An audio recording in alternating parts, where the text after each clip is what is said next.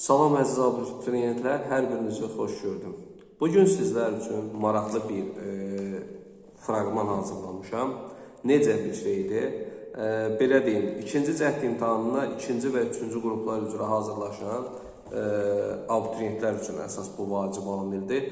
Azərbaycan tarixi və ümumi tarix, bunun həm təkrarı lazımdır, ikinci şansa az qalıb və uşaqlar bu şəkildə oxuyub çatdırmaq məsələsində fikir ayrılıqları yaşayır. Amma mən sizlər üçün bir köməklik göstərim. Siz bunun üçün nə etməlisiniz? Əgər, məsəl üçün, belə deyim, bölmə şəklində işləməyiniz daha məqsəd uyğundur. Misal deyirəm.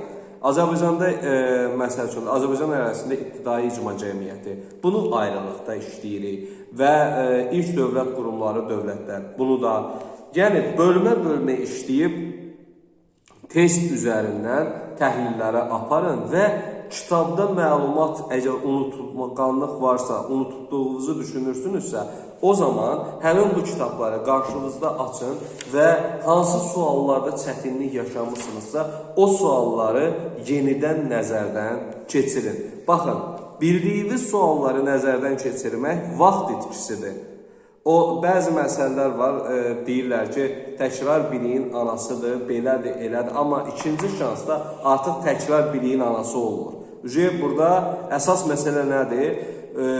Birinci turda göstərdiyin nəticənin kifayət dərəcədə güclü olmadığını düşünmüsən və bunun üçün addım atmaq vacibdir və bu zaman nə edirik? Testi işləyərkən testin üzərində nəzarət edirik. Fikir verin əsas nəyə?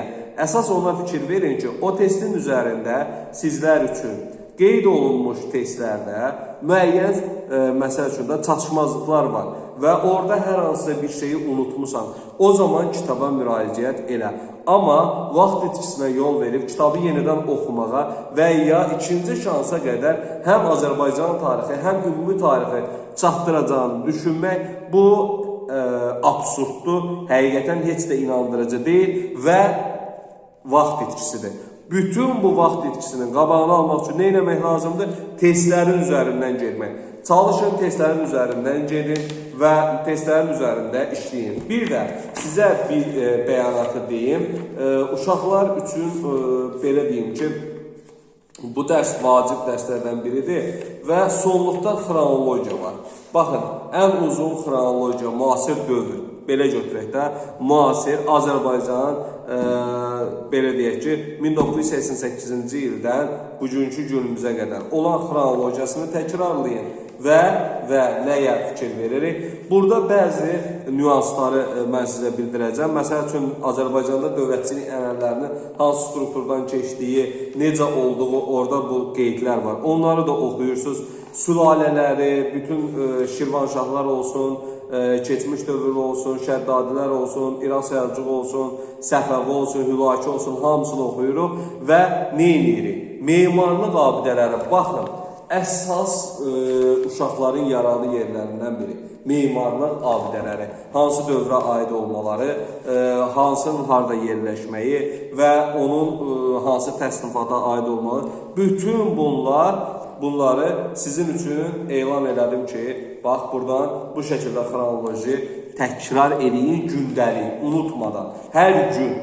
Bunu hər gün təkrar eləyin. Gündə bir dəfə oxusanız ümumi bəsdir. Niyə deyirəm bunu? Baxın, siz həm formal səviyyədə hazır olacaqsınız, həm daha yaxşı ruh yüksəliyinə malik olacaqsınız. Baxın, Azərbaycan tarixini bu şəkildə, bölmələr şəklində, testlər üzərində işləyib bitirdikdən sonra keçirik ümumi tarixə, ümumi tarixdə də həmin şeyləri eləyirik və orada hicri təqvimdən miladi təqvimə keçidləri falan bu işlə çalışın, diqqətli olun. Roma vaxtı ilə, Yunan vaxtı ilə, bütün hamısı ilə əlaqəli işləyin. Çünki ola bilər, ehtimal var. Baxın, sizə deyirəm, ehtimal var ki, bu haqda bir sual düşsün. Azərbaycan Xalq Cümhuriyyəti mütləq şəkildə sual düşəcək. Dünya müharibələrindən suallar həmişəki kimi düşəcək. Mədəniyyət mütləq düşəcək və bundan əlavə şair, yazıcı falan belə şeylərin müəyyən dövrlərə müraciəti formasında düşə bilər. Aralarındakı fərq falan bu şəkildə düşmə ehtimalı var. Bundan əlavə sizlərə nəyi bildirmək istəyirəm? Baxın, keçidlər və cədvəllər üzərində işləmək. Çox fikir verin, çünki bu dəfə cədvəllər mütləq şəkildə düşəcək və aralarındakı fərqi qrafik formasına çevrilib veriləcək. Bunlara diqqət edin. Sizlər üçün bu məlumatları verirəm, əziz şagirdlər. 2 və əsas da 3-cü qruplar.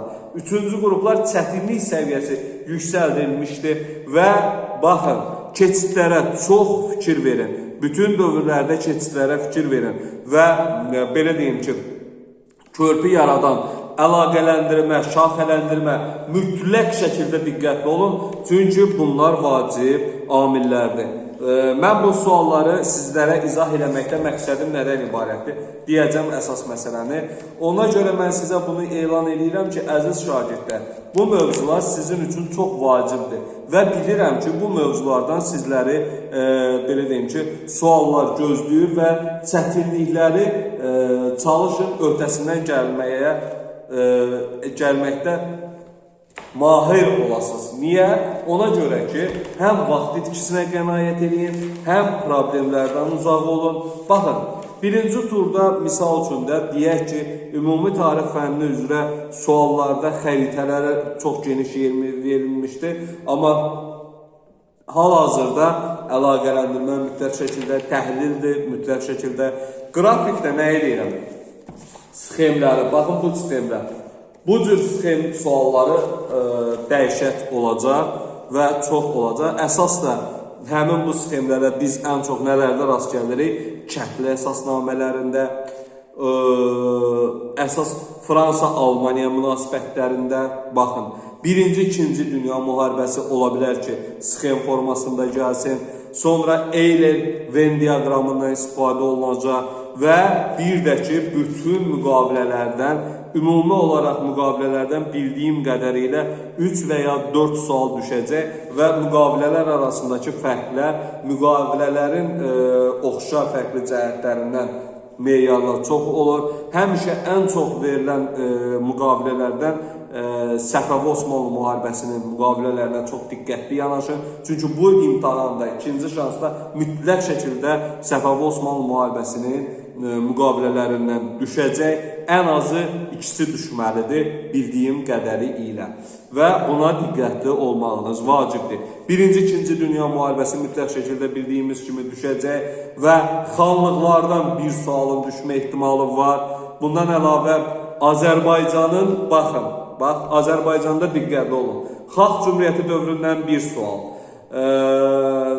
Ulu öndərimiz Heydər Əliyevin birinci hakimiyyəti 69-82-ci illər, 1969-82-ci illər bu aralıq mütləq şəkildə bir sual və Ulu öndərimizin dövründən, hakimiyyət dövründən 93-dən 2003-ə qədər ehtimal var bir sual, amma Ali Baş Komandanın dövründən mütləq şəkildə 1 və ya 2 sual düşəcək. Çünki ən optimal variantda bir sual mütləq şəkildə Qarabağ haqqında olacaq. Yəni Qarabağ döyüşü, 2-ci Qarabağ. Oradakı zəfərimiz haqqında və belə deyim ki, sazişin ola bilər ki, baxın bu şəkildə düşə bilər sual. Sazişin uzadılma səbəbi, saziş nəyə görə bağlanmır və uzatmaq, ermənilər bunu belə deyim, yubatmaqda və ya istənilən formada özlərini geri qayıdacağını düşünməkdə, zənn eləməkdə, özlərini anlatmaqda məqsədləri nədir? Bu haqda düşə bilər. Diqqətli olmağınız vacibdir. Qarabağ zəfərini mütləq şəkildə özümüzdə təkrarlayın və bir də ki, birinci işğal ilə ikinci işğal arasındakı məsələsində dövrü illik hesabatla göstərə bilərlər. Yəni ki, bu dövrdən o dövrə keçid formasında və ya onun xronoloji sıralanması diqqətli olmaq vacibdir. Çünki bütün hər bir şəhərimiz, yəni bizə məxsus olan Qarabağımız şəhərləri günbəgün fərqlənirlər. Bunlara diqqətli olmalıyıq. Yəni vətən müharibəsi mütləq şəkildə düşəcək və bir də antiterror əməliyyatı. Antiterror əməliyyatıyla vətən müharibəsi tam fərqlidir. Antiterror əməliyyatı bizə qarşı olan təxribata cavabdır. Baxın, bizə qarşı olan təxribata cavabdır. Amma bizim Vətən müharibəsi, 2-ci Qarabağ Vətən müharibəsi isə artıq bizə qarşı müharibə əzmində olan və bir neçə ocaqları yandırmağa çalışan, müharibə ocaqları yaradan Ermənistanla müharibəmiz başqa bir amildir. Bunlarda diqqətli olmalıyıq. Yəni buna təkrarən deyirəm, fikir verin. Bir də feodal dövlətlərin dövrünə, feodal dövlətlərin dövrünə diqqətlə baxın. Çünki orada bir-birindən əlaqələndirilmə və ya fərqli xüsusiyyətlərə malik suallar olur. Yəni, bütün bunlara nəzarət eləməyimiz vacibdir. Xanlıqlar dövründən bir sual ehtimal var ki, düşəcək. Amma mümkün variantda mən ən əsas olanları sizlər üçün bildirirəm və keçmiş dövrdən necə düşə bilər? Dövlət qurumlarından düşə bilər və ya dövrlərdən düşə bilər.